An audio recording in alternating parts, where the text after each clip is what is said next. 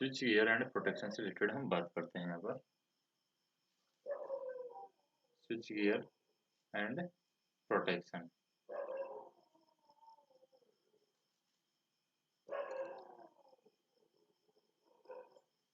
जैसे switch gear and protection के कौन कौन से कॉन्सेप्ट है।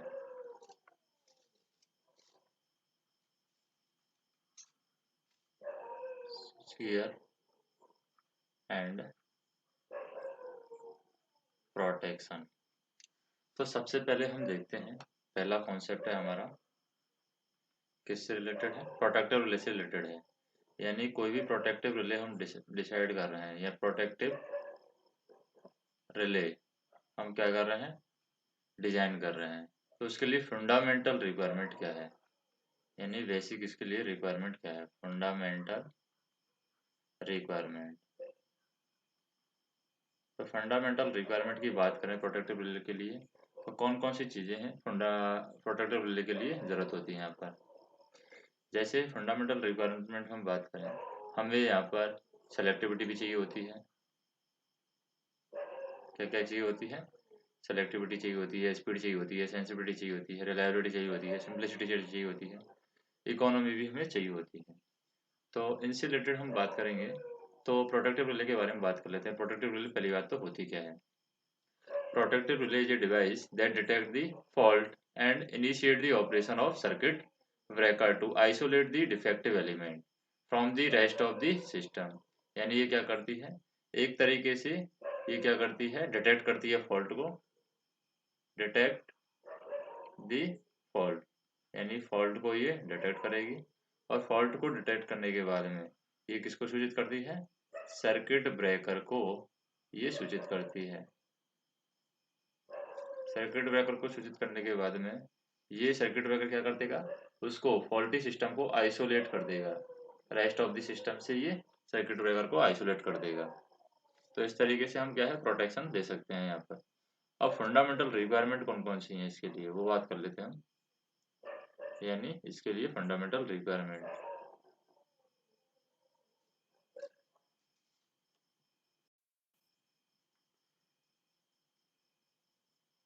तो हमारे सर्किट ब्रेकर के लिए फंडामेंटल रिक्वायरमेंट की हम बात कर रहे थे।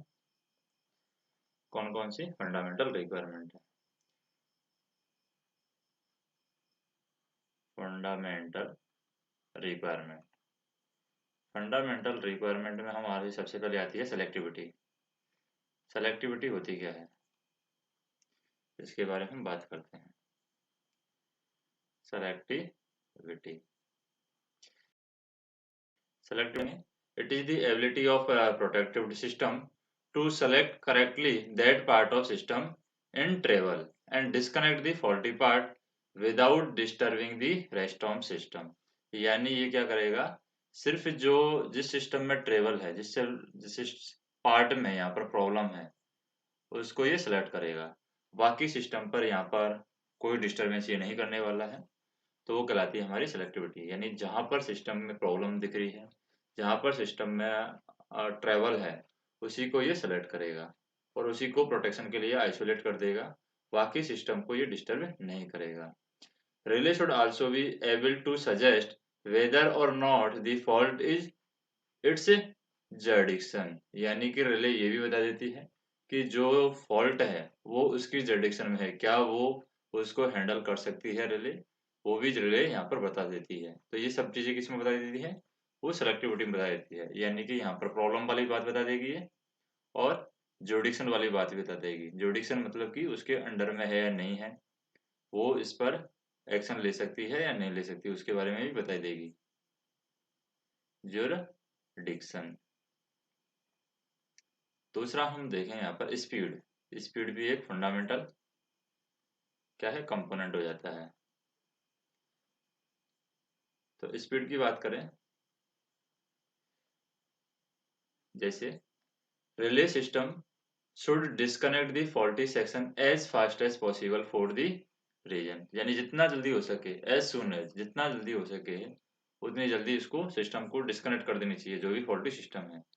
क्या क्या रीजन है यहाँ पर जिसकी वजह से इसको एज सुन एज पॉसिबल इसको डिस्कनेक्ट करना जरूरी है।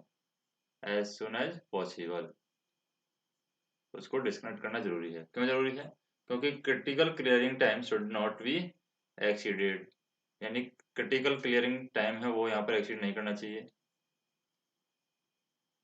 CRAT, क्रिटिकल क्लियरिंग टाइम, यानी एक फिक्स टाइम होता है कि इतने टाइम में फॉल्ट क्लियर हो जाना चाहिए, तो वो क्रिटिकल क्लियरिंग टाइम में एक्सीड नहीं होनी चाहिए। इसलिए एज सुन एज पॉसिबल क्या है, डिले को उसको डिटेक्ट करना होता है और उसको सिस्टम को आइसोलेट करने के लिए संदेश सर्किट ब्रेकर के पास में भेजना होता है। दूसरा होता है द इलेक्ट्रिकल पार्ट्स में be damage if they are made to carry faulty current for long. अगर ज़्यादा देर तक इलेक्ट्रिकल पार्ट्स हैं, ज़्यादा देर तक अगर वो फॉल्टी करंट को लेंगे या फॉल्टी करंट को सहन करेंगे तो वो डैमेज हो सकते हैं। इसलिए भी एज सुन एज पॉसिबल उसको क्या करना चाहिए, जो फॉल्टी सिस्टम है उसको डिस्कनेक्ट कर देना चाहिए। तीसरा रीजन क्या है, a persistence fault will lower the voltage resulting it crawling and overloading the industrial drive. तो जैसे यहाँ पर फॉल्ट होगा, फॉल्ट की वजह से करंट की वैल्यू बहुत ज़्यादा हो जाती है फॉल्ट की कंडीशन में, और वोल्टेज की वैल्यू बहुत लो हो जाती है। इसकी वजह से कौन कौन सी चीज़ें हो सकती हैं, यहाँ पर क्राउलिंग की प्रॉब्लम हो सकती है, क्राउलिंग एंड ओवरलोडिंग की यहाँ पर प्रॉब्लम हो सकती है, क्राउलिंग एंड ओवरलोड। तो इन प्रॉब्लम से बचने के लिए हमें क्या करना होता है, यहाँ पर स्पीड से कॉम्प्रोमाइज यहाँ पर करना होता है। फिर बात करेंगे हम सेंसिटिविटी की, बात करते हैं सेंसिटिविटी, सेंसिटिविटी। तो सेंसिटिविटी की बात करते हैं, ये भी एक फंडामेंटल कंपोनेंट है रिले के लिए। It is ability of the relay system to operate with a low value of actuating quantity, यानी हम कह सकते हैं कि इसके पास में, सिस्टम के पास में एबिलिटी होनी चाहिए ताकि ये लो वैल्यू ऑफ एक्वेटिंग क्वांटिटी को भी ये क्या कर सके, ऑपरेट कर सके। The sensitivity of relay is the function of volt ampere input to the coil of relay necessary to cue its operation, यानी smaller the voltage input required to cue the relay operation, more sensitive of relay। यानी ये sensitivity हम किसे देते हैं, volt ampere input से हम देते हैं, volt ampere input to the system, volt ampere input to the coil, input to the coil, इससे हम सेंसिटिविटी देते हैं। जितना volt ampere input to the coil low होगा उतनी ही ज़्यादा सेंसिटिविटी उसकी रिले की हाई होगी, यानी मोर सेंसिटिव वो रिले होगी। और इसको हम जो volt ampere input to the coil है उसको हम सेंसिटिविटी के रूप में लेते हैं ताकि इसके ऑपरेशन को आरामी से हम पता लगा सकें। और एबिलिटी होती है रिले सिस्टम की ताकि वो लो वैल्यू पर ये वर्क कर सके। तो हम वोल्ट एम्पियर इनपुट की वैल्यू को जितना ज़्यादा लो रखेंगे उतनी ज़्यादा ये मोर सेंसिटिव रिले हमारी कहलाएगी। एक चौथा फंडामेंटल पार्ट होता है रिलायबिलिटी। रिलायबिलिटी यानी रिलायबिलिटी भरोसेमंद हो सकता है। It is the ability of protective relay system to operate under predetermined condition, यानी कि जो भी प्री डिटरमाइंड कंडीशन है उन पर ही ऑपरेट होना चाहिए, एबिलिटी होनी चाहिए। ऐसा नहीं हो कि जो हमने कंडीशन दे रखी है उनके अकॉर्डिंग वो काम ही नहीं कर रही है। तो प्री डिटरमाइंड कंडीशन पर ऑपरेट होने की इसके अंदर एबिलिटी होनी चाहिए। It is the ability of protective relay system to operate under the predetermined condition, and without reliability the protection would be rendered largely ineffective and could even become liability। तो यहाँ पर अगर हम रिलायबिलिटी नहीं देते हैं, बिना रिलायबिलिटी के सिस्टम है, प्रोटेक्शन जो रिले है, प्रोटेक्शन है वो बहुत ज़्यादा इनफेक्टिव हो जाएगा, यानी उसका कोई मतलब नहीं रहेगा प्रोटेक्शन का रिलायबिलिटी के बिना, और वो एक तरीके से लाइबिलिटी बन जाएगा, रिलायबिलिटी को छोड़ के वो लाइबिलिटी बन जाएगा। तो हम बात करें नेक्स्ट, एक फंडामेंटल कंपोनेंट आता है इसका, सिंप्लिसिटी। सिंप्लिसिटी तो ये भी प्रोटेक्शन रिले का क्या है, फंडामेंटल कंपोनेंट है। तो सिंप्लिसिटी की बात करें, the relay system should not be simple, यानी कि शुड नॉट बी सिंपल की जगह हम कहेंगे शुड सिंपल, यानी relay system should be simple, यानी सिंपल होना चाहिए, so that it can be easily maintained, यानी इसको इजिली मेंटेन कर सकें, इसलिए ये क्या होना चाहिए, सिंपल होना चाहिए। दूसरा, reliability is close near to simplicity, यानी कि रिलायबिलिटी और सिंप्लिसिटी को हम आपस में एक दूसरे के नजदीक मान सकते हैं। The simpler the protection scheme the greater will be it's reliability, अगर जितनी सिंपल होगी स्कीम उतनी ही ज्यादा वो उसकी रिलायबिलिटी होगी, ये भी हम कह सकते हैं। यानी हम कह सकते हैं कि इसका कनेक्शन रिलायबिलिटी का सिंप्लिसिटी के साथ में है। और एक होता है फंडामेंटल कंपोनेंट में आ जाता है इकोनॉमी, यानी कॉस्ट वाइज भी हम कह सकते हैं यहाँ पर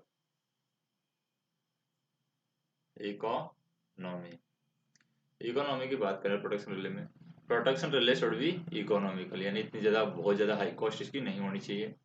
as a rule the protection gear should not cost more than the 5% of total cost, यानी कि जो प्रोटेक्शन गियर हैं टोटल कॉस्ट के 5% से ज़्यादा नहीं होनी चाहिए प्रोटेक्शन के लिए, टोटल कॉस्ट से 5% से लेस देन ही होना चाहिए, ज़्यादा नहीं होना चाहिए।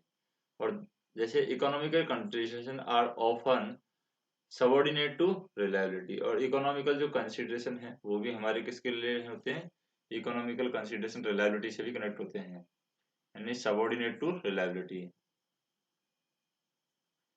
सबऑर्डिनेटेड टू रिलायबिलिटी, ये भी यहाँ पर होगा। अब हम बात करते हैं next,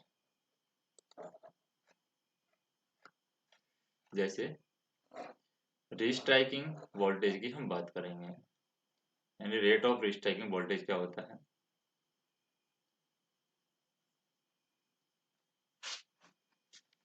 rate of restriking voltage,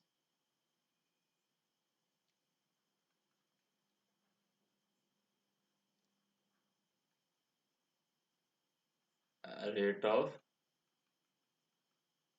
restriking voltage, restriking voltage की रेट यहाँ पर क्या होगी। तो यहाँ पर हम बात करें रेट ऑफ रीस्ट्राइकिंग वोल्टेज है, वो स्लोप होता है stiffness tangent to the striking voltage curve. अब ये रेट ऑफ स्ट्राइकिंग वोल्टेज है वो हम देते हैं Vm divide by under root LC, ये होता है रेट ऑफ स्ट्राइकिंग वोल्टेज। इसको हम क्या बोलते हैं, रेट ऑफ स्ट्राइकिंग वोल्टेज को transient voltage across the contact of circuit breaker at current zero, यानी करंट की जीरो होती है तब ट्रांजिएंट वोल्टेज होता है सर्किट ब्रेकर के across. During the period arcing is known at restriking voltage, यानी रीस्ट्राइकिंग वोल्टेज की अगर हम डेफिनेशन लिखें क्या हो सकती है रीस्ट्राइकिंग वोल्टेज की डेफिनेशन, जैसे हम कहेंगे the transient voltage appear across the contact, the transient voltage appear across the contact of circuit breaker, contact of circuit breaker at current zero period, current zero period during the arcing is known as restriking voltage, during the arcing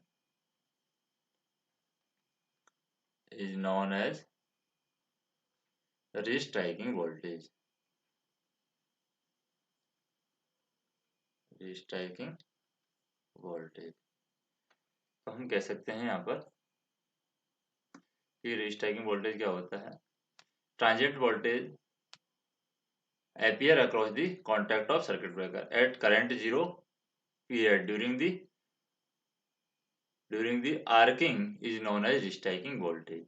तो restriking voltage की यहाँ पर expression अगर हम देखें, restriking voltage की expression किस तरीके से दी जाएगी, रीस्ट्राइकिंग वोल्टेज की एक्सप्रेशन दी जाती है VCT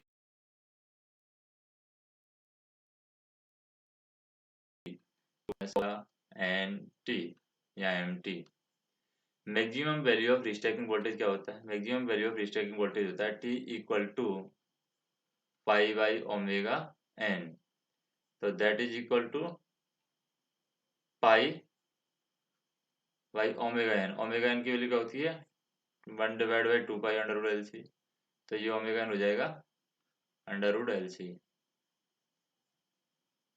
तो ये हो गया ओमेगा √LC। ये हो गया रीस्टैकिंग वोल्टेज की वैल्यू मैक्सिमम इस कंडीशन पर होगी, यानी टाइम t इक्वल टू इस कंडीशन पर होगी।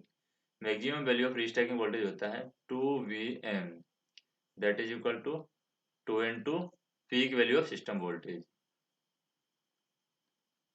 Peak value of system voltage,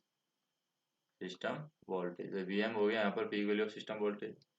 तो rate of rise of restriking voltage क्या होगा, rate of rise of restriking voltage ये हो गया d/dt Vm 1 - के cos ओमेगा एन टी। तो इसका डिफरेंशिएशन कर देते हैं हम। तो जैसे इसका डिफरेंशिएशन करेंगे तो ये क्या हो जाएगा, rate of rise of restriking voltage that is equal to Vm omega N sine omega N T, ये वैल्यू होगी। यानी हम कह सकते हैं rate of rise of restriking voltage is directly proportional to natural frequency. तो ये directly proportional to natural frequency है, ये हम कह सकते हैं RRIV, directly proportional to natural frequency that is equal to 1/√LC। तो यहाँ पर L है इंडक्टेंस है सिस्टम का और C है हमारा कैपेसिटेंस है सिस्टम का। So we can say that the rate of rise of restriking voltage depend upon both the inductance and capacitance. So maximum value of restriking voltage क्या हो जाएगा यहाँ पर, तो maximum value of restriking voltage हो जाएगा RRRV, maximum value of restriking voltage हो जाएगा Vm ओमेगा एन। तो that is equal to Vm omega N की वैल्यू क्या है 1/√LC, तो ये आ जाएगा √LC। तो ये Vm √LC हो जाएगा, जो कि यहाँ पर किसमें मेजर किया जाता है, मैक्सिमम यानी rate of rise of restriking voltage, rate of rise of restriking voltage measure किया जाता है किलोवोल्ट पर माइक्रो सेकंड के अंदर ये मेजर किया जाता है। नेक्स्ट हम बात करें जैसे high resistance interruption of arc extension के लिए कौन कौन से मेथड हैं।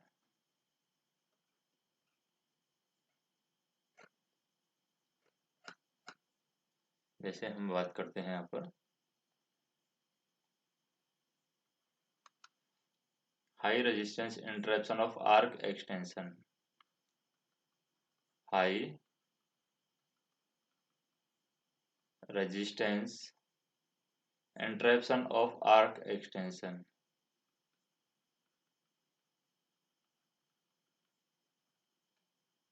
Of arc extension.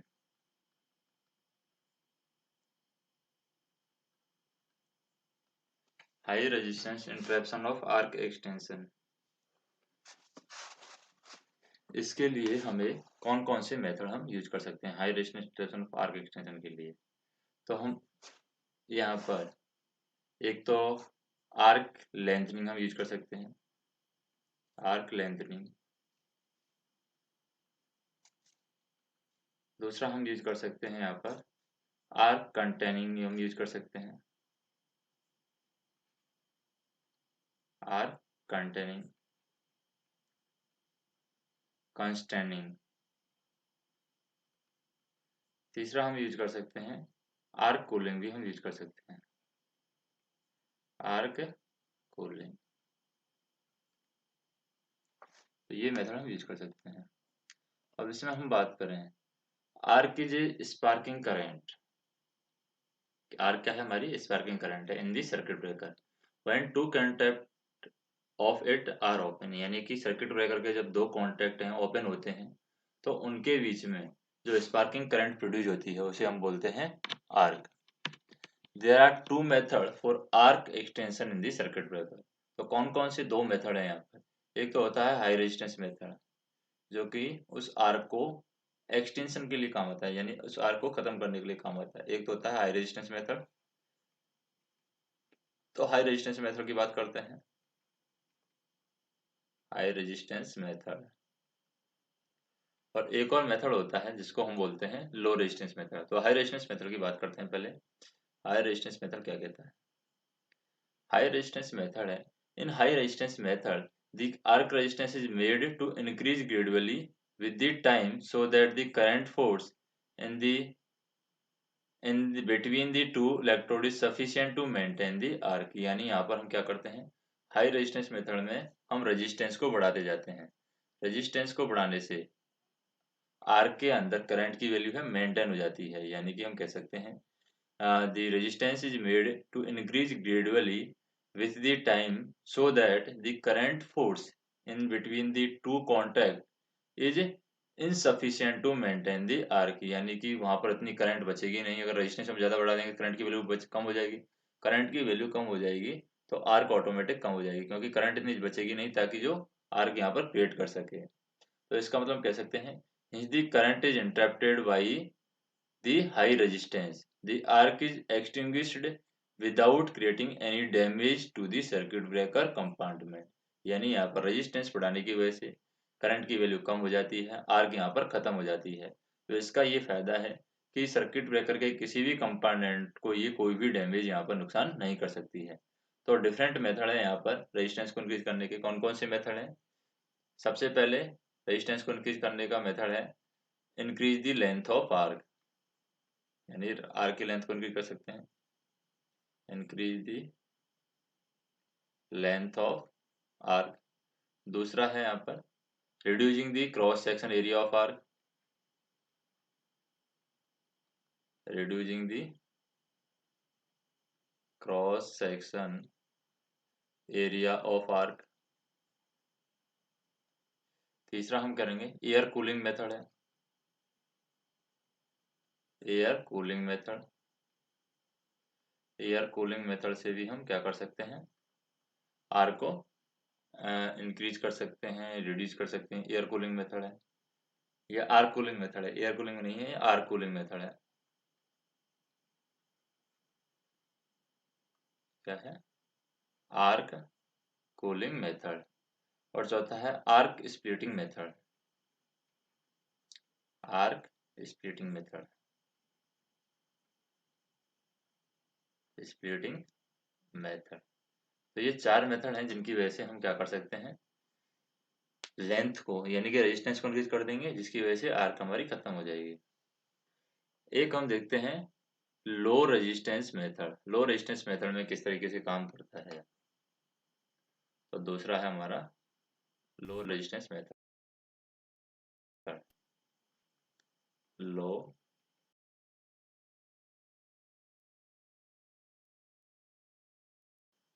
तो लो रेजिस्टेंस मेथड में किस तरीके से काम होगा उसके बारे में बात करते हैं।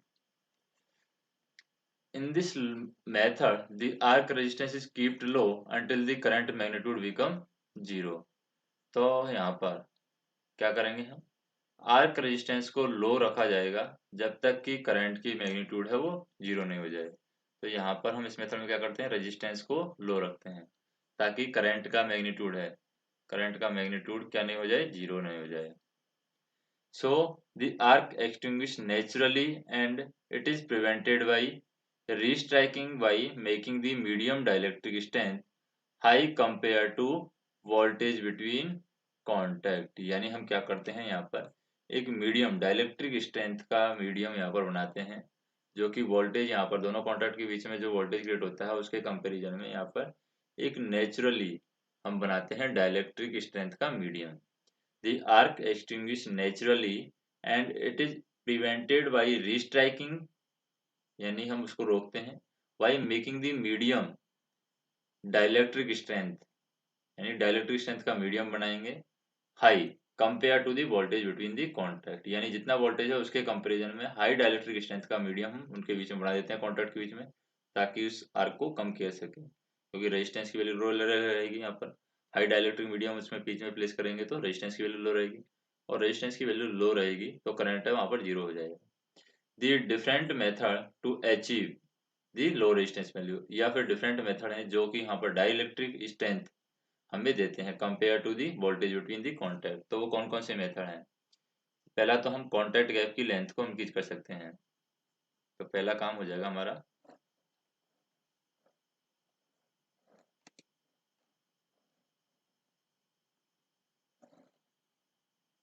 जैसे increase the length of contact gap.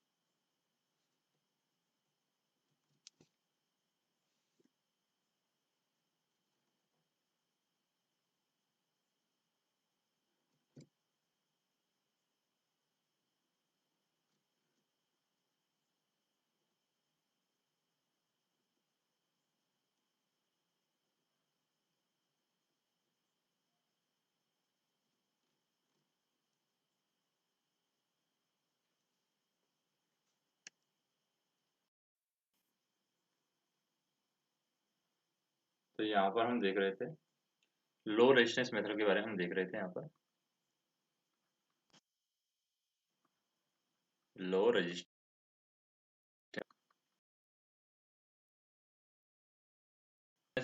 Resistance को लो बनाए रखने के लिए, यानी कि हाई जो मीडियम डाइलेक्ट्रिक स्ट्रेंथ है वो लगाते हैं high compare to the voltage between contact. वो किस किस के द्वारा अचीव किया जाता है? पहला तो increase the length of contact gap, increase the length of contact gap. दूसरा हम कर सकते हैं कूलिंग दी एसी मीडियम,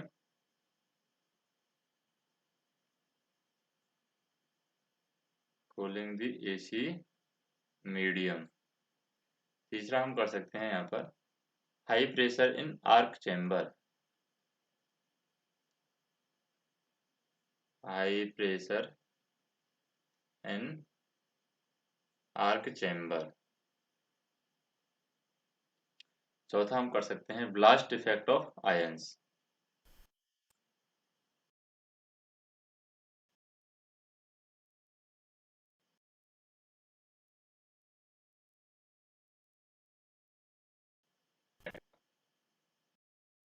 आयन। तो ये चार चीजें हम करेंगे जिसकी वजह से रेजिस्टेंस को लो बनाए रख सकते हैं हम। नेक्स्ट हम देखें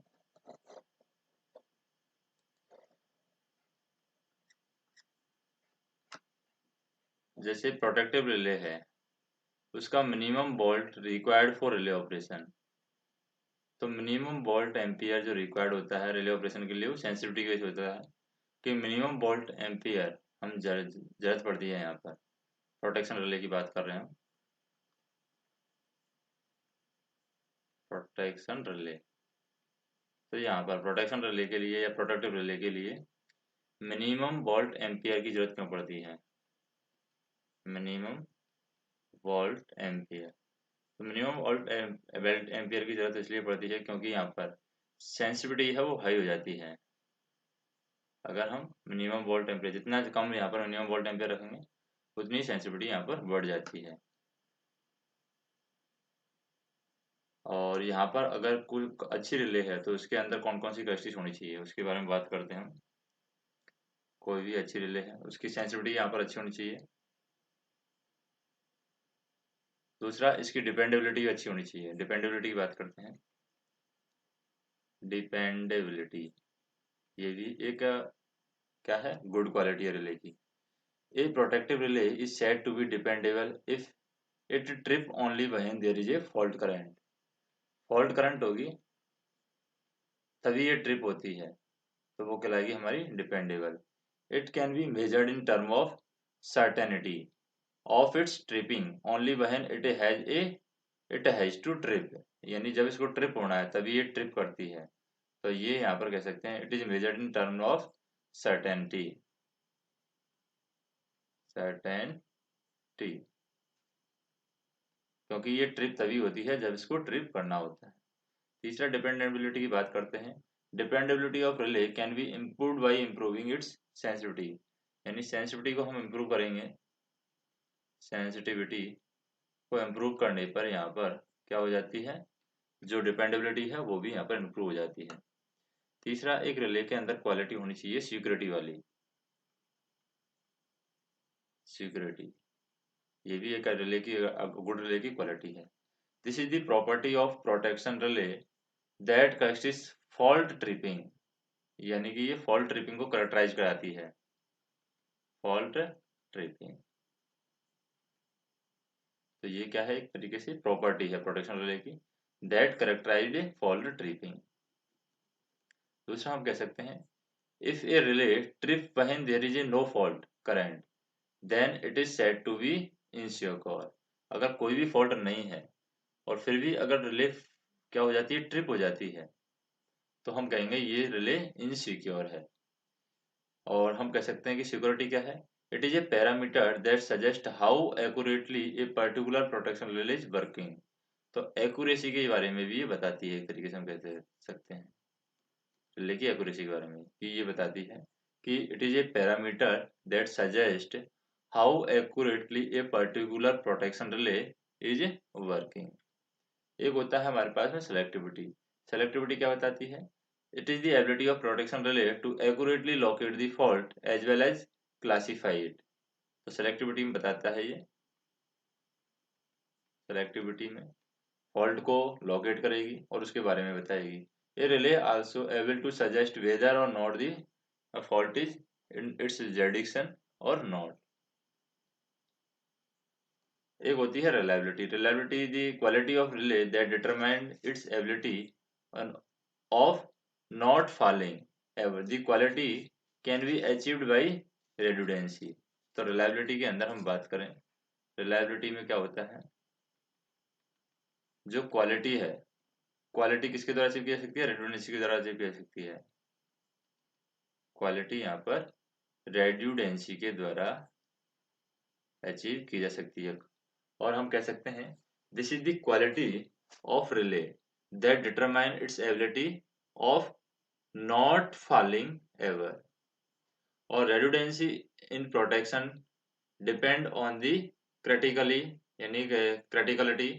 तो डिपेंड रेडुडेंसी है यहाँ पर किस पर डिपेंड करती है, क्रिटिकलिटी पे डिपेंड करती है of the equipment to which protection relay is connected. तो यहाँ पर हम कह सकते हैं कि ये क्या है, रेडुडेंसी किस पर डिपेंड करती है, रेडुडेंसी, रेडुडेंसी हमारी डिपेंड करती है क्रिटिकलिटी पे, criticality, redundancy depend on criticality, CRITICALITY।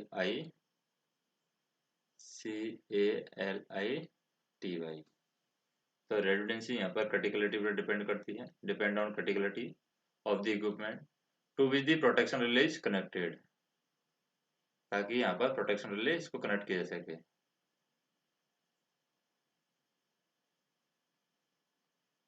Protection relay connected.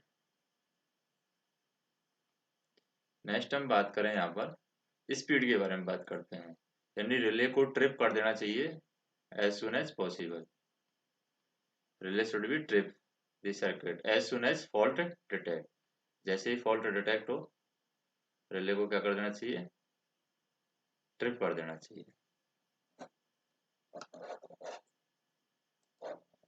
Next हम बात करें यहाँ पर वैक्यूम सर्किट ब्रेकर के अंदर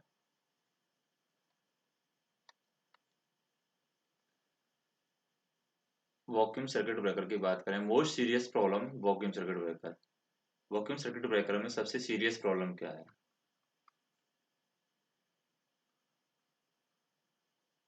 vacuum circuit breaker.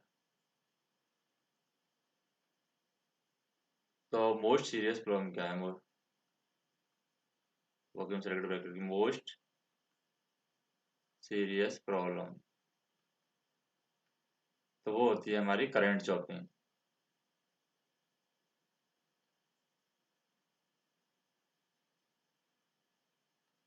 Current chopping, तो ये सबसे सीरियस प्रॉब्लम है वैक्यूम सर्किट ब्रेकर की।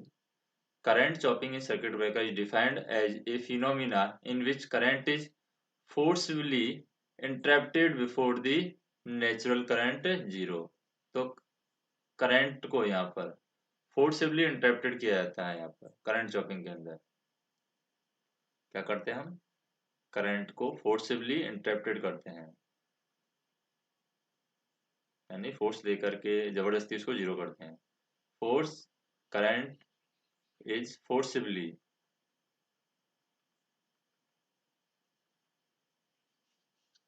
Interrupted before the natural current zero, interrupted before the natural current zero,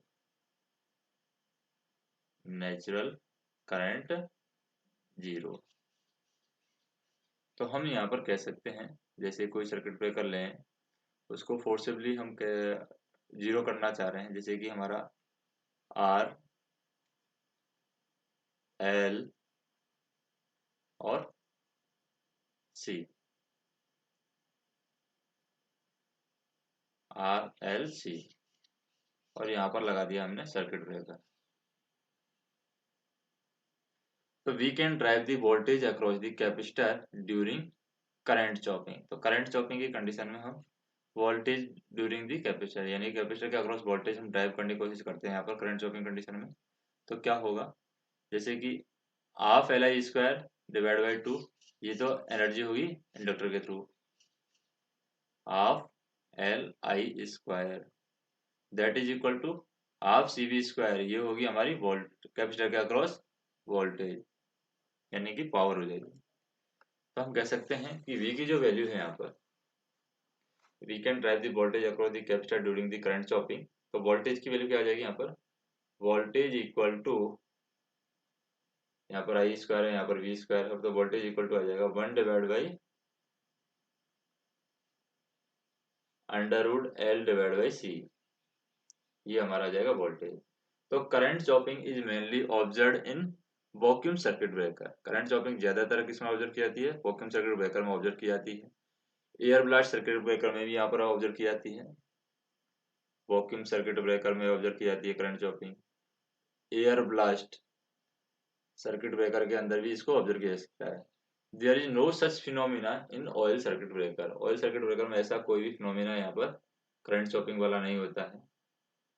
तो इसकी अगर हम वेव फॉर्म बनाने की कोशिश करें तो वेव फॉर्म किस तरीके से बनेगी, जैसे सबसे पहले मान लीजिए आर्क करंट हमारी इस तरीके से आती है, ये हमारी आर्क करंट है, आर्क करंट। अब क्या होता है, ये आर्क जो करंट है, ये फर्स्ट करंट चॉप होगी,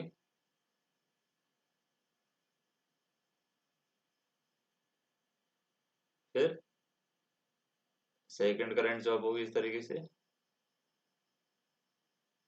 फिर थर्ड करंट चॉप होगी इस तरीके से, फोर्थ करंट होगी चॉप इस तरीके से, फिर इस तरीके से ये हो जाएगी। तो ये हो जाएगी फाइनल करंट जीरो, यहाँ पर बनेगी फाइनल करंट जीरो। तो ये हमारी कराएगी नेच फाइनल करंट जीरो, हमने यहाँ पर कर दिया है इसको, जबकि नेचुरल करंट जीरो कहाँ पर हो रही है, इस पॉइंट पर हमारी नेचुरल करंट जीरो हो रही है, natural current zero, current zero. जैसे हम बात करें नेचुरल करंट की बात करते हैं यहाँ पर, जैसे ये तो हमने ले लिया पॉइंट टाइम के लिए, यानी टाइम के रेस्पेक्ट में। अब यहाँ पर हम देते हैं आर्क वोल्टेज, आर्क वोल्टेज है वो इस तरीके से लेंगे हम, यानी इस तरीके से होगा। फिर रीस्ट्राइकिंग वोल्टेज हम लेंगे,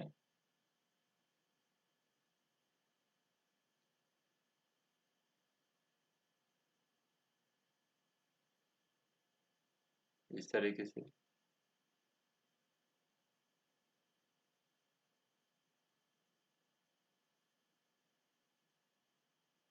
रीस्ट्राइकिंग वोल्टेज, रिकवरी वोल्टेज हमारा इस पॉइंट पर हो जाएगा, ये रिकवरी वोल्टेज,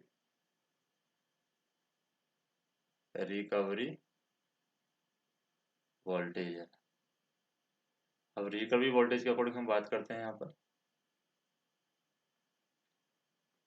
रीस्ट्राइकिंग वोल्टेज है हमारा इस पॉइंट पर हो जाएगा, ये रीस्ट्राइकिंग वोल्टेज है, R E S T R आई की रीस्ट्राइक वोल्टेज। और रीस्ट्राइकिंग वोल्टेज है हमारा, इस पॉइंट पर हो जाएगा हमारा रीस्ट्राइकिंग वोल्टेज।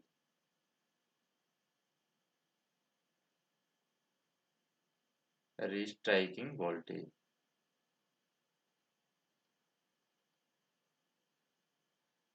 और ये हमारा होगा इस पॉइंट पर, ये कहलाएगा हमारा आर्क वोल्टेज। Arc voltage. तो जैसे आर्क करंट की बात कर रहे हैं, आर्क करंट चॉप यहाँ पर की है हमने। आर्क करंट चॉपिंग करने के बाद में इस तरीके से वेवफॉर्म जनरेट होगी। तो ये फिनोमिना हमारा किसके जनरेट अंदर होगा, एयर ब्लास्ट सर्किट ब्रेकर या कि वॉक्यूम सर्किट ब्रेकर के अंदर क्रिएट होता है।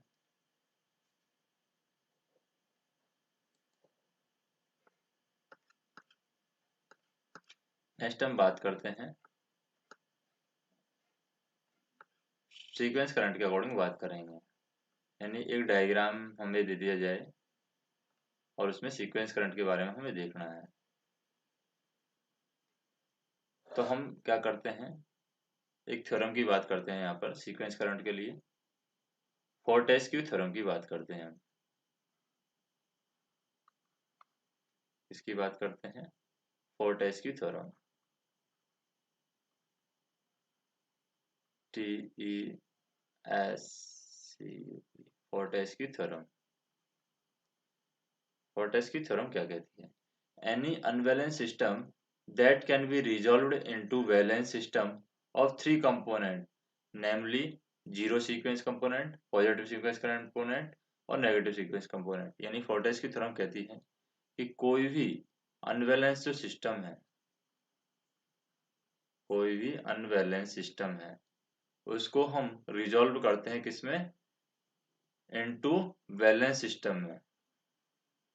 बैलेंस सिस्टम में और किसकी मदद से रिजॉल्व करते हैं, तीन कंपोनेंट होते हैं उनकी वजह से रिजॉल्व करते हैं हम।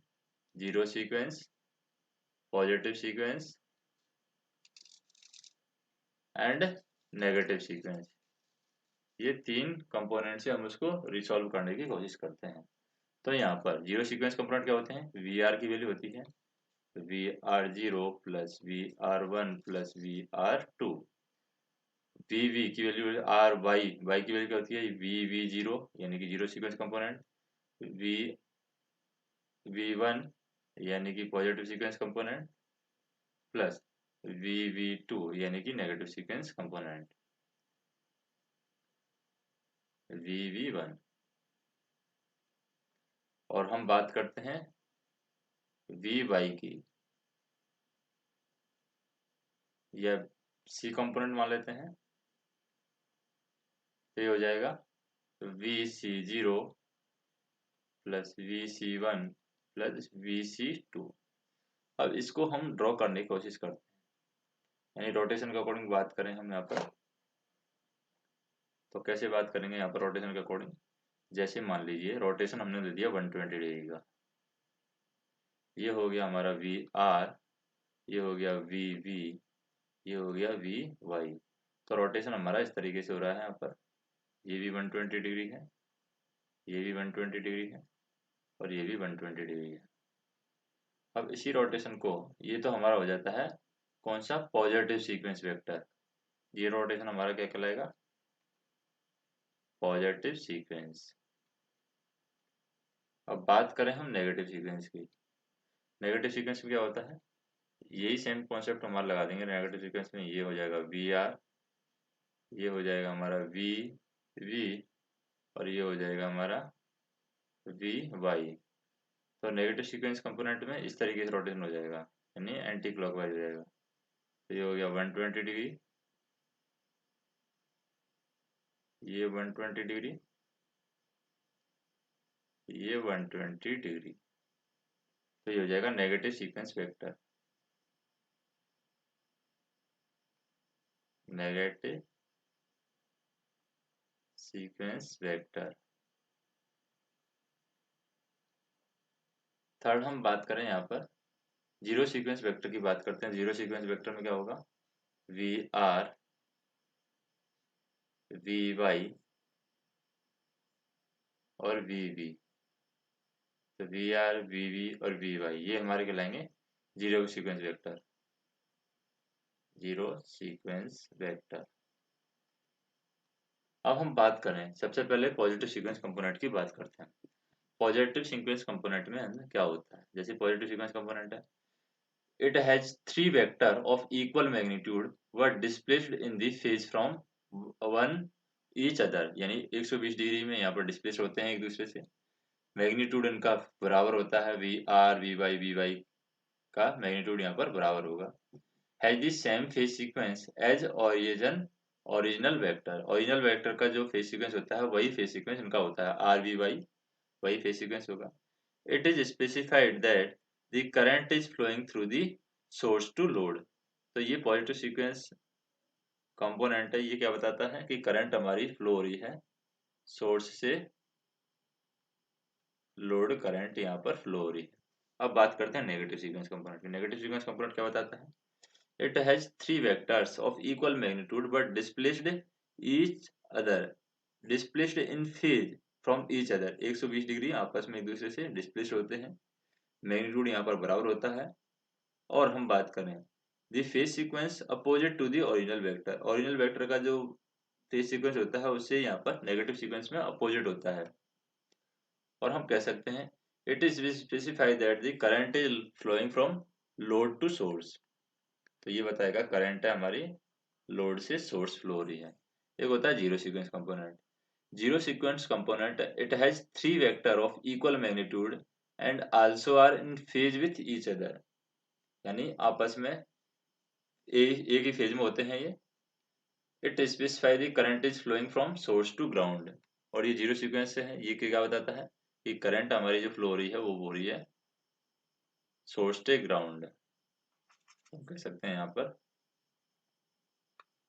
ये बताएगा source to ground current flow हो रही है। तो positive sequence component exit in both balance and unbalance condition. चाहे बैलेंस कंडीशन हो अनबैलेंस कंडीशन हो, पॉजिटिव सीक्वेंस कंपोनेंट तो हमारा एग्जिस्ट करेगा ही करेगा। नेगेटिव सीक्वेंस कंपोनेंट है वो सिर्फ अनबैलेंस कंडीशन में एग्जिस्ट करता है। और जीरो सीक्वेंस कंपोनेंट है अनबैलेंस कंडीशन में एग्जिस्ट करेगा, लेकिन ग्राउंड के साथ में ये एग्जिट करेगा, यानी कि ग्राउंड के साथ में होगा। नेक्स्ट हम देखें,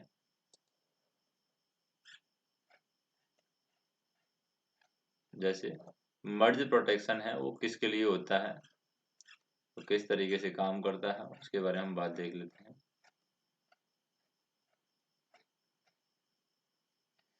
तो मर्ज प्रोटेक्शन की बात कर रहे हैं हम।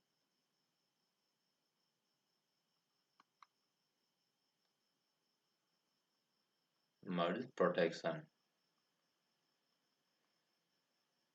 मर्ज प्रोटेक्शन किसके लिए सूटेबल है, ये अल्टरनेटर के लिए सूटेबल है।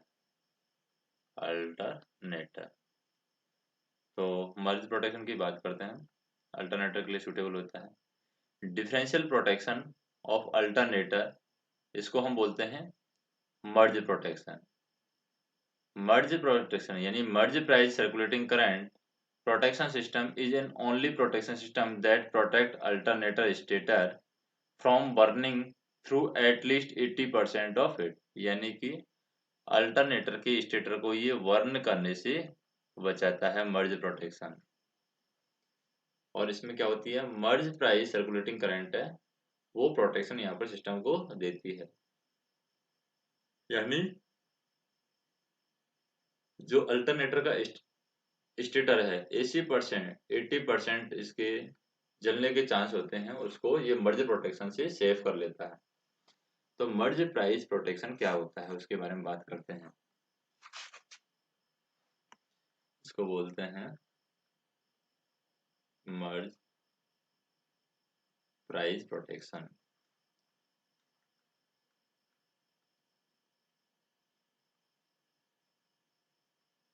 प्रोटेक्शन,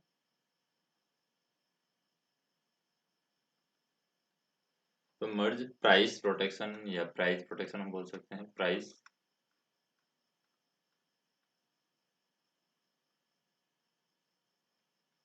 क्या होता है,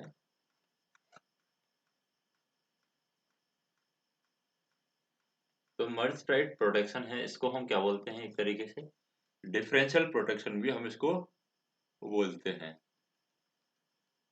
डिफरेंशियल प्रोटेक्शन, यानी डिफरेंशियल प्रोटेक्शन के नाम से भी इसको जाना जाता है।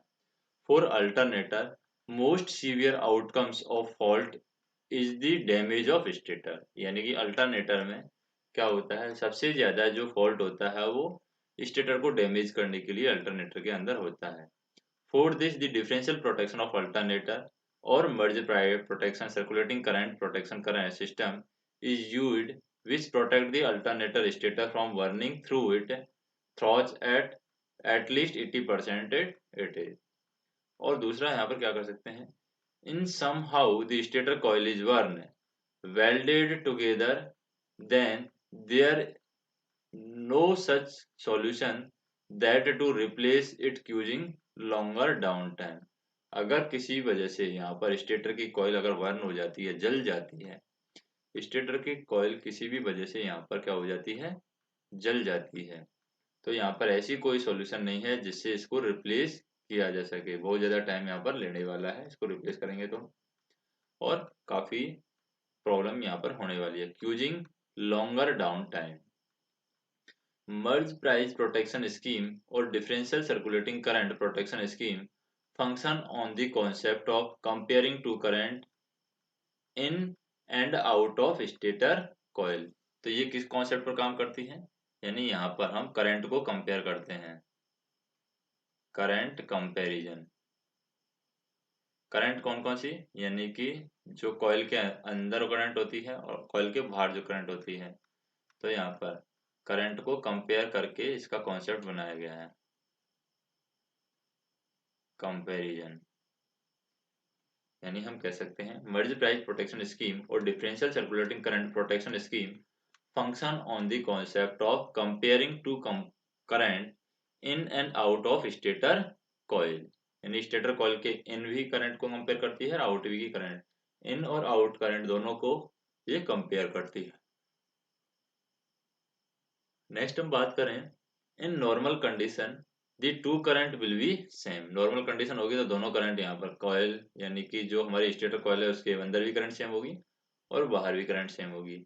If a fault occurred there will be same difference and merge price protection scheme work by detecting the difference and differential current। अगर दोनों की कहीं भी फॉल्ट होता है तो इनके बीच में क्या हो जाता है, डिफरेंस आ जाता है, सेम नहीं रहेगी। फॉल्ट होगा तो उसी फॉल्ट के अकॉर्डिंग, जितना फॉल्ट होगा उसी के अकॉर्डिंग वहां पर डिफरेंस क्रिएट हो जाएगा, और उसी डिफरेंस को ये मर्ज प्राइस प्रोटेक्शन स्कीम है वो यहाँ पर डिटेक्ट कर लेती है। तो मर्ज प्राइस प्रोटेक्शन स्कीम का अगर डायग्राम बनाएं हम तो इसका डायग्राम किस तरीके से बनेगा, जैसे हम सीटी ले लेते हैं, करंट ट्रांसफार्मर सीटी, करंट ट्रांसफार्मर C2,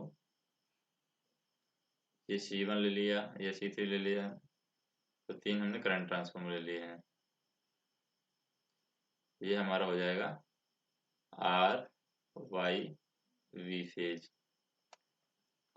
अब इनके लिए हम रिले लगा देते हैं, जैसे कि इसके लिए रिले लगा दी हमने ये, इसके लिए रिले लगा दी ये, इसके लिए रिले लगा दी ये, तो हम नाम देते हैं इसको R1 R2 R3 रिले। तो ये तो हो गया हमारा अंदर का सर्किट। अब इसमें हम क्या करते हैं, जैसे जो रिले हम लगाएंगे यहाँ पर वो इस तरीके से लगाएंगे, अंदर की साइड, एक यहाँ से और यहाँ पर। अब क्या कर देते हैं, ट्रांसफार्मर के लिए हम लगा देते हैं, ये ट्रांसफार्मर ले लिया हमने, यहाँ पर कॉइल लगा दी है और यहाँ पर कॉइल लगा दी है। अब इसको दोनों को हम कनेक्ट करके हम क्या कर देते हैं, यहाँ पर रिले लगाएंगे। तो यहाँ पर मान लीजिए हमने रिले लगा दी है और रिले के अकॉर्डिंग करंट को कंपेयर किया है, जैसे यहाँ पर करंट फ्लो हो रही है I1, यहाँ पर करंट फ्लो हो रही है I2, और इन दोनों के डिफरेंस को हम मेजर करते जाते हैं और उससे हमें जो भी फॉल्ट होगा उसका पता चल जाएगा। तो ये कहलाएगा मर्ज प्राइस प्रोटेक्शन स्कीम, मर्ज प्राइस या price protection scheme. Protection method हम बोल सकते हैं, स्कीम हम बोल सकते हैं। नेक्स्ट हम बात करते हैं यहाँ पर इस फिगर के अंदर हम देखेंगे मर्ज प्राइस प्रोटेक्शन स्कीम का फिगर क्या है। Under the normal working condition there will be no current different in the two side of protection zone, hence the current two CTs phase will be conduct same current, यानी कि phase current है यानी दोनों city हैं यहाँ पर हम circuit के अकॉर्डिंग बात करें, जैसे दो सिटी हैं यहाँ पर करंट ट्रांसफार्मर CT1 ये CT2, तो दोनों के करंट के बीच में कोई डिफरेंस नहीं होगा। The current is balance and vertically assumed up as zero. When the fault occurs, there will be difference between the two current, या तो if two CTs of phase, तो I1 I2 की value zero नहीं होगी, I1 I2 है वो भी यहाँ पर I1 में से I2 घटाएंगे तो भी जीरो यहाँ पर नहीं आएगा। तो हम कहेंगे Merz Price protection detect this difference and operate the relay. एक होती है हमारे पास में ओवर करंट प्रोटेक्शन होता है, ओवर करंट प्रोटेक्शन का हम कॉन्सेप्ट देख लेते हैं, और अर्थ फॉल्ट प्रोटेक्शन डिस्टेंस प्रोटेक्शन इनके हम बारे में हम देख लेते हैं। तो ओवर करंट प्रोटेक्शन की बात करते हैं। ओवर करंट प्रोटेक्शन किस तरीके से ओवर करंट प्रोटेक्शन रिले है वो काम आती है। Over current protection is protection against excessive current beyond the acceptable current rating of the equipment, यानी कोई इक्विपमेंट की क्या है, कोई लिमिट है। जैसे कोई इक्विपमेंट है जिसकी लिमिट है 500 एम्पियर, तो उससे ज़्यादा अगर करंट बढ़ती है तो वहां पर ओवर करंट प्रोटेक्शन स्कीम काम आती है। Over current protection is the protection against excessive current beyond the acceptable current limiting और current rating of the equipment. It is generally operate instantaneously magnetic circuit breaker. तो यहाँ पर generally किस में operate होती है, operate instantaneously magnetic circuit breaker, fuse. Over current relay are commonly use to provide over current protection we to line. तो line के protection के लिए यहाँ पर ओवर करंट प्रोटेक्शन हम यूज करते हैं, और ये यहाँ पर जनरली ऑपरेट इंस्टेंटेनली यहाँ पर कहाँ पर ऑपरेट होती है, मैग्नेटिक सर्किट ब्रेकर में ऑपरेट होती है, मैग्नेटिक सर्किट ब्रेकर। एंड हम कह सकते हैं ये फ्यूजेज में भी ऑपरेट हो सकती है, फ्यूजेज। फिर बात करते हैं अर्थ फॉल्ट प्रोटेक्शन। अर्थ फॉल्ट प्रोटेक्शन, अर्थ फॉल्ट प्रोटेक्शन में क्या होता है। तो अर्थ फॉल्ट प्रोटेक्शन की हम बात करें, अर्थ fault protection is intended to protect equipment when an insulation fault occur। तो अर्थ फॉल्ट प्रोटेक्शन कब होगा, जब यहाँ पर इंसुलेशन फॉल्ट होता है, तब ये अर्थ फॉल्ट प्रोटेक्शन काम आता है। For instance direct contact between A live conductor and earth. तो यहाँ पर अर्थ फॉल्ट प्रोटेक्शन में डायरेक्ट कॉन्टेक्ट होता है अर्थ और कंडक्टर के बीच में, अर्थ फॉल्ट प्रोटेक्शन की condition. When the earth fault occur, the electrical system gets short circuited and short circuited current flow through the system। तो जैसे ही अर्थ फॉल्ट होता है यहाँ पर इलेक्ट्रिकल सिस्टम है वो शॉर्ट सर्किट हो जाता है, इलेक्ट्रिकल सिस्टम यहाँ पर हो जाता है शॉर्ट सर्किट। और जैसे इलेक्ट्रिकल सिस्टम यहाँ पर शॉर्ट सर्किट हो जाएगा तो कंडक्टर है हमारा, हम कह सकते हैं कि सिस्टम का जो अंदर शॉर्ट सर्किट करंट यहाँ पर फ्लो होना स्टार्ट हो जाती है, short circuit current flow through the system. Earth fault relay हम यूज करते हैं, वो किस लिए यूज करते हैं, earth fault relay earth leakage circuit breaker and ground fault circuit interrupter are used for earth fault protection. तो अर्थ फॉल्ट प्रोटेक्शन के लिए हम क्या क्या चीज यूज करते हैं, अर्थ फॉल्ट रिले हम यूज करते हैं, अर्थ फॉल्ट रिले हम यूज करते हैं। दूसरा हम यूज करते हैं अर्थ leakage circuit breaker,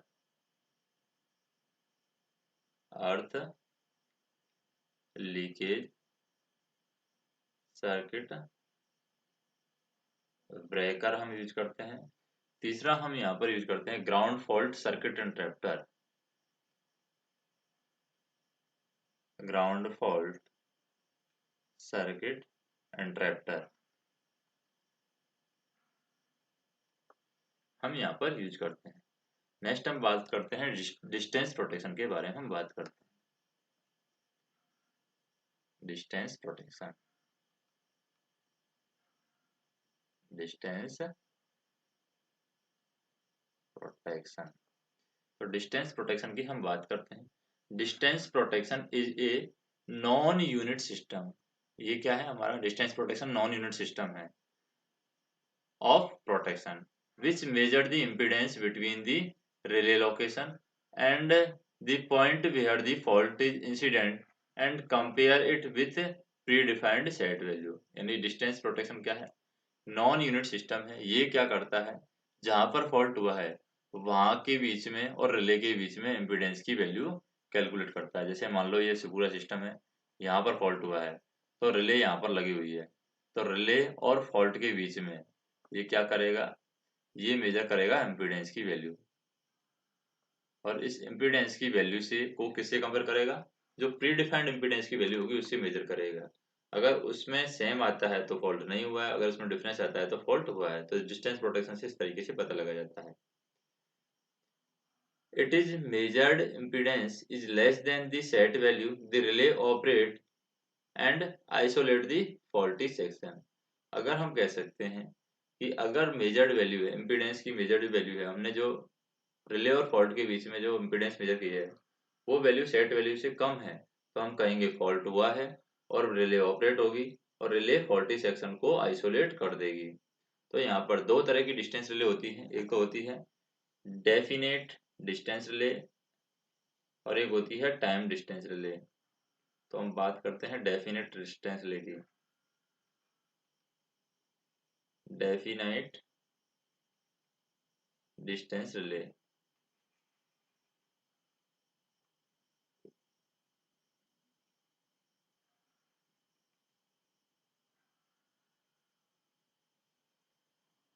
definite distance relay distance relay. तो डेफिनाइट डिस्टेंस रिले की बात करते हैं। It operate instantly for fault up to predetermined distance from the relay.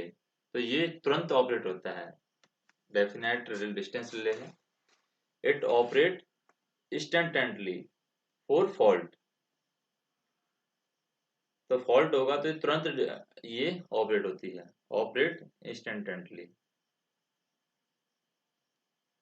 Operate instantaneously for the fault up to predetermined distance from the relay. यानी पहले से कोई determined distance है उसके लिए यहाँ पर तुरंत ये ऑपरेट होगा। एक होता है टाइम डिस्टेंस रिले, दूसरी हम बात करते हैं टाइम डिस्टेंस रिले के बारे में।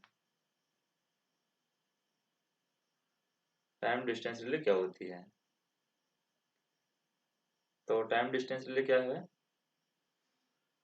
In this type of relay the time of operation is proportional to the distance of fault from the relay point। यानी रिले पॉइंट से फॉल्ट कितना दूर हुआ है उसमें टाइम के द्वारा हम ऑपरेशन करते हैं। यानी ज्यादा टाइम लगेगा तो ज्यादा दूरी पर फॉल्ट हुआ है, कम टाइम लगेगा तो कम दूरी पर फॉल्ट हुआ है। तो हम कह सकते हैं in this type of relay the time of operation is prepositional to the distance of fault from the relay point।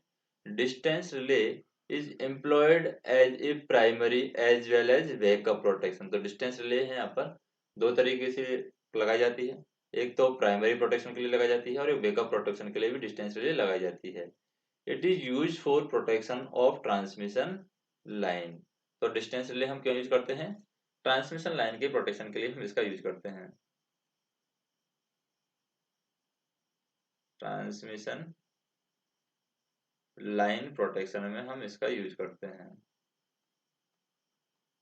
दूसरा हम क्या करेंगे, कह सकते हैं कि distance relay can be used for both phase fault and ground fault protection. दोनों के लिए हम इसका यूज कर सकते हैं। कहाँ कहाँ पर यूज कर सकते हैं इसका?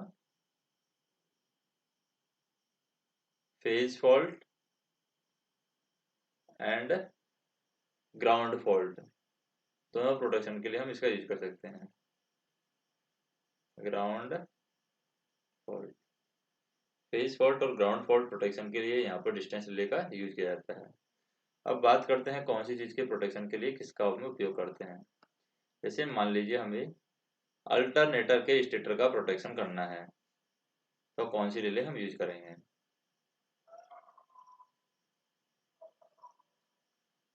अल्टरनेटर स्टेटर का हमें प्रोटेक्शन करना है, तो अल्टरनेटर स्टेटर का प्रोटेक्शन करने के लिए हम यूज करेंगे current balance differential relay,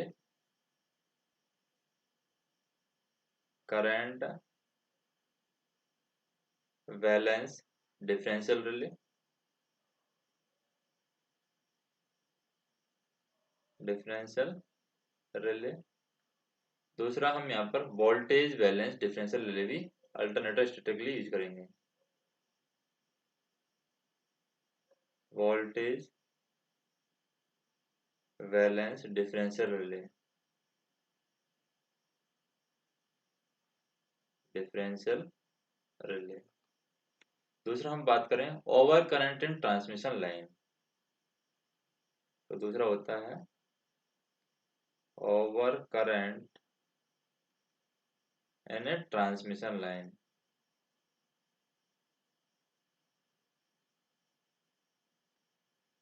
transmission line के ओवर करंट की बात करते हैं। Over current in transmission line, तो पहला होगा मैग्नेटिक सर्किट ब्रेकर। अगर ट्रांसमिशन लाइन में ओवर करंट है तो कौन कौन से ब्रेकर हम यूज कर सकते हैं रिले के लिए। मैग्नेटिक सर्किट ब्रेकर हम यूज कर सकते हैं, मैग्नेटिक सर्किट ब्रेकर हम यूज कर सकते हैं। फ्यूज हम यूज कर सकते हैं, फ्यूज। तीसरा ओवर करंट रिले हम यूज कर सकते हैं, ओवर करंट रिले भी यहाँ पर यूज की जा सकती है। थर्ड हम देखते हैं यहाँ पर कि अर्थ फॉल्ट प्रोटेक्शन की बात करते हैं। क्या है ऑप्शन हमारे पास में, अर्थ फॉल्ट प्रोटेक्शन। अर्थ फॉल्ट प्रोटेक्शन के लिए हम कौन कौन से रिले हम यूज कर सकते हैं। अर्थ फॉल्ट प्रोटेक्शन, अर्थ फॉल्ट प्रोटेक्शन के लिए हम अर्थ लीकेज सर्किट ब्रेकर हम यूज कर सकते हैं, अर्थ लीकेज सर्किट ब्रेकर। और हम यूज कर सकते हैं ground fault circuit interrupter, ground fault circuit interrupter हम यूज कर सकते हैं। और हम यूज कर सकते हैं अर्थ फॉल्ट रिले भी हम यूज कर सकते हैं, अर्थ फॉल्ट रिले, इसका भी यूज कर सकता है। फिर बात करते हैं हम ट्रांसमिशन लाइन की।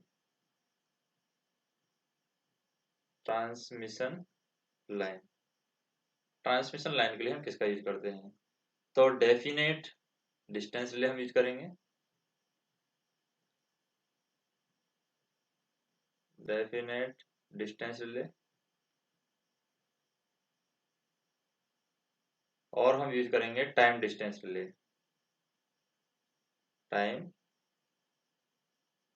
डिस्टेंस रिले हम यूज करेंगे। तो ये हमारी किसके लिए है, ट्रांसमिशन के लिए है डेफिनेट डिस्टेंस रिले और टाइम डिस्टेंस रिले। अर्थ फॉल्ट प्रोटेक्शन के लिए है हमारी अर्थ leakage circuit breaker, ground fault circuit interrupter. और हम बात करें over current and transmission line के लिए क्या है, over current and transmission line के लिए है हमारी जैसे मैग्नेटिक सर्किट ब्रेकर है, फ्यूज है, ओवर करंट रिले है। और अल्टरनेटर स्टेटर के लिए हमारी है करंट बैलेंस डिफरेंशियल रिले और वोल्टेज बैलेंस डिफरेंशियल रिले। बाकी हम बात करते हैं जैसे कि शॉर्ट सर्किट लेवल होता है सब स्टेशन के अंदर, तो किसको यूज किया जाता है, limit the short circuit level in service station. हम क्या इंस्टॉल करते हैं, जैसे बात करना है हमें, मान लीजिए लिमिट करना है, to limit short circuit level, short circuit level in substation. तो वो कौन सा हम यूज करेंगे? सीरीज रिएक्टर हम यूज करेंगे यहाँ पर, सीरीज रिएक्टर। जैसे हम बात करें सीरीज रिएक्टर यूज करते हैं, जैसे आइसोलेटर क्या काम करता है? Isolator switch is unlike A circuit breaker. Isolator switch क्या होता है? एक तरीके से सर्किट ब्रेकर की तरह काम करता है। Isolator switch has no protection capability, it is used to physically disconnect any circuit when repair और बीइंग डन। यानी जब भी हम रिपेयर करते हैं तो फिजिकली यहाँ पर क्या करते हैं, सर्किट को डिस्कनेक्ट करने के लिए हम आइसोलेटर यूज करते हैं। एक होता है हमारे पास में जैसे आइसोलेटर होता है, आइसोलेटर। एक होता है हमारे पास में लाइटिंग अरेस्टर। लाइटिंग अरेस्टर क्या काम करता है? लाइटिंग अरेस्टर, तो लाइटिंग अरेस्टर एक डिवाइस है जो कि used on electrical power system and telecommunication system to protect the insulation and conductor of the system, या from the damaging effect of lightning. यानी लाइटिंग का जो डैमेजिंग इफेक्ट है उससे प्रोटेक्शन के लिए, लाइटिंग इफेक्ट यानी लाइटिंग का जो डैमेजिंग इफेक्ट्स है उससे प्रोटेक्शन के लिए यहाँ पर इलेक्ट्रिकल पावर सिस्टम में लाइटिंग अरेस्टर का यूज किया जाता है और टेलीकम्युनिकेशन पावर सिस्टम में लाइटिंग अरेस्टर का यूज किया जाता है। किस चीज के प्रोटेक्शन के लिए यूज किया जाता है? लाइटिंग इफेक्ट की वजह से जो डैमेज होता है इंसुलेशन के अंदर और कंडक्टर के अंदर, यानी कि हम कह सकते हैं कि इलेक्ट्रिकल पावर सिस्टम और टेलीकम्युनिकेशन सिस्टम में इंसुलेशन और कंडक्टर का जो डैमेजिंग की संभावना होती है लाइटिंग की वजह से, उसी प्रोटेक्शन के लिए हम लाइटिंग अरेस्टर इन सिस्टम में यानी कि इलेक्ट्रिकल पावर सिस्टम में और टेलीकम्युनिकेशन सिस्टम पे लगाते हैं। The typically lightning arrester has high voltage terminal and ground terminal. तो इसमें लाइटिंग अरेस्टर में क्या क्या होते हैं? दो टर्मिनल होते हैं यहाँ पर, हाई वोल्टेज टर्मिनल होता है और एक होता है यहाँ पर ग्राउंड टर्मिनल। एक होता है हमारा कपलिंग कैपेसिटर। कपलिंग कैपेसिटर की बात करते हैं, कपलिंग कैपेसिटर ये क्या काम करता है? कपलिंग कैपेसिटर, तो coupling capacitor is a capacitor which is used to couple or link together one only the AC signal from one circuit element to another. यानी सिर्फ एसी सिग्नल को लिंक करने के लिए दो सर्किट के बीच में एसी सिग्नल होता है, उसको लिंक करने के लिए यहाँ पर ये यूज किया जाता है coupling capacitor. The capacitor block the DC signal from entering the second element and thus only passing the AC signal. यानी यहाँ पर सिर्फ एसी सिग्नल को पास करता है कपलिंग कैपेसिटर, डीसी सिग्नल को पास नहीं करता है। और एक होता है हमारे पास में सीरीज रिएक्टर। सीरीज रिएक्टर की बात करें जिसको हम यहाँ पर यूज कर रहे हैं, सीरीज रिएक्टर। सीरीज रिएक्टर क्या काम करता है? Series reactor are used as current limiting reactor to increase the impedance of system. यानी यहाँ पर करंट को लिमिट करते हैं और करंट को लिमिट करने की वजह से जो क्या होगा, सिस्टम का इम्पीडेंस यहाँ पर इम्प्रूव हो जाता है। इम्पीडेंस है तो इम्पीडेंस इंक्रीज, यानी इम्पीडेंस इंक्रीज हो जाएगा अगर करंट को हम लिमिट करते हैं। These are also use to neutralizing, यानी कि नेचुरल अर्थिंग के लिए भी हम इसका यूज करते हैं। सीरीज रिएक्टर है उनको नेचुरल अर्थिंग के लिए यूज कर सकते हैं। Such reactor are also use to limit the starting current of synchronous electrical motor. यानी यहाँ पर ये क्या करते हैं, लिमिट करने के काम आते हैं। Limit the starting current, limit the starting current of synchronous electrical motor. Limit the starting current of synchronous electrical motor. Synchronous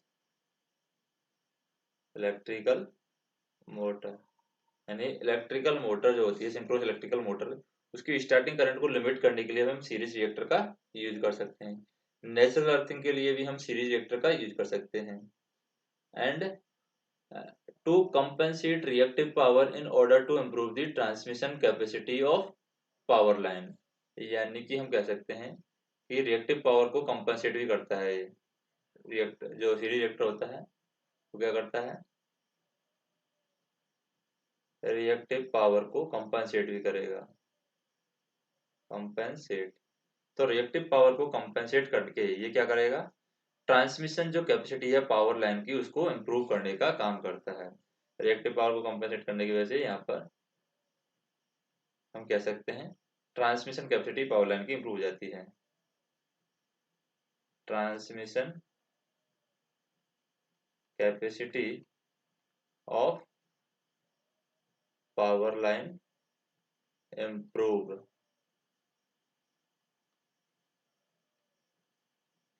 तो ये भी एक इसका फायदा है। बाकी जो कॉन्सेप्ट है वो नेक्स्ट वीडियो के अंदर देखेंगे।